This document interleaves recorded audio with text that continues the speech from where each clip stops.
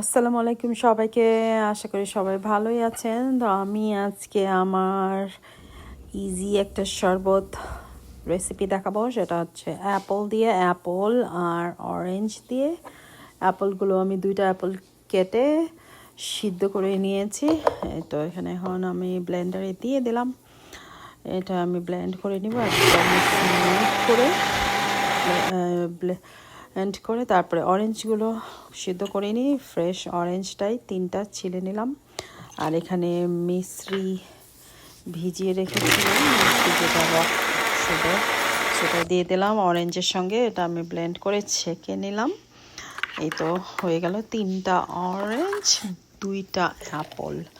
এখানে আমি অরেঞ্জ জুসটা এখন অ্যাপল জুসের সঙ্গে মিক্স করে দিলাম। এখানে দিয়ে দিলাম একটুখানি পিঙ্ক সল্ট, আর এখানে দিয়ে দিলাম তোকমা দানা, বেসিল সিড যেটা ভিজিয়ে রেখেছিলাম সেটা দিয়ে দিলাম।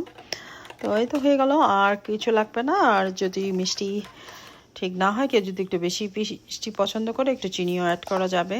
আর এখানে আমি স্প্রিঙ্কল সুগার দিয়ে আমি গ্লাসটা একটু ডেকোরেট করে নিলাম। এটা করলেও হবে, না করলেও হবে, যাই হোক এ তো হয়ে গেল। আর আমি এখন শরবতটা এখানে ঢেলে দেবো। তো হয়ে গেল একদম ইজি হেলদি একটা শরবত, বাচ্চাদের জন্য পারফেক্ট একটা আইটেম, জুস, যেটা বাচ্চারা নিঃসন্দেহে খেতে পাবে। এখানে কোনো প্রিজারভেটিভ নাই, কোনো কিচ্ছু নাই, একদম বাসায় নিজের হাতে তৈরি। থ্যাংক ইউ, আল্লাহ হাফেজ, ভালো থাকবেন।